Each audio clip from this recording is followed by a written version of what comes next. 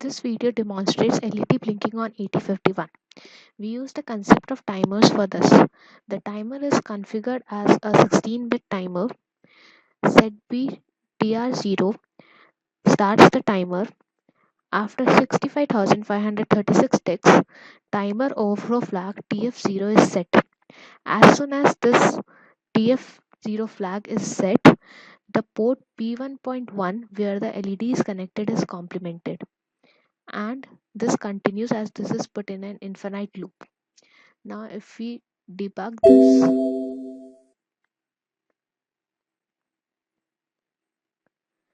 we can view the LED blinking through peripherals port 1.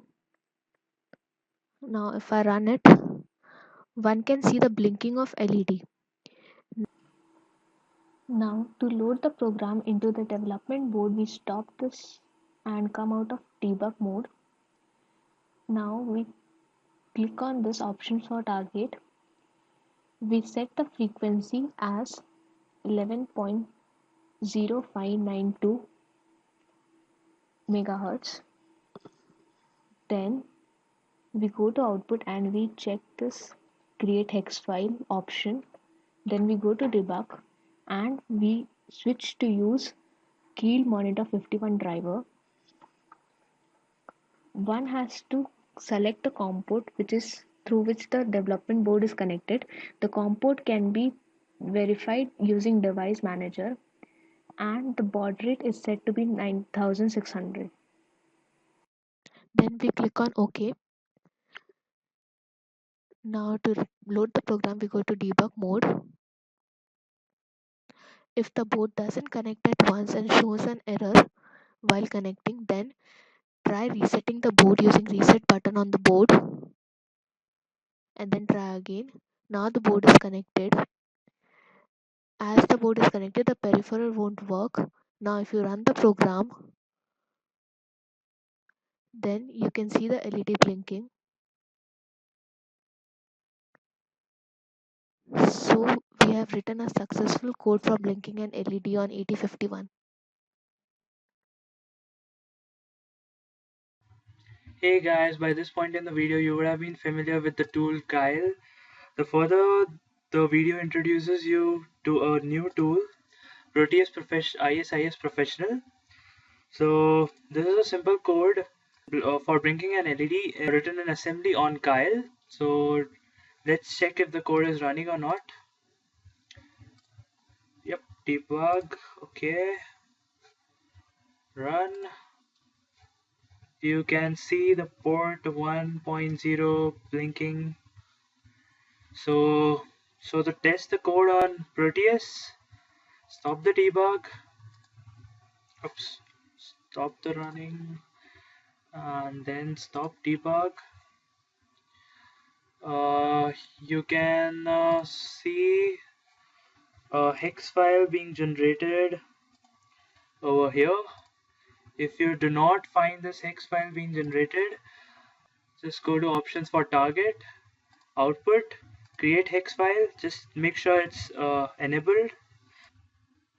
Now I will introduce you to the tool ISIS and show you how you can simulate your code on it. So yep,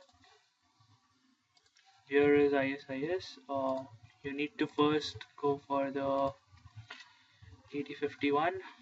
Just type in ATC51 and you can get the first chip. Just select it, click OK, and here you go. Place it.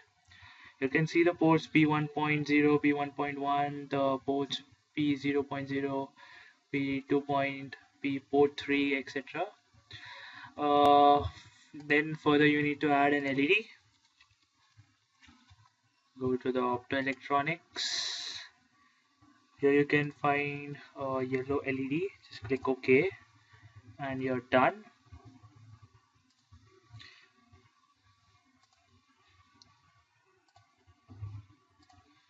Next what you need to do is go to the terminal modes, add ground.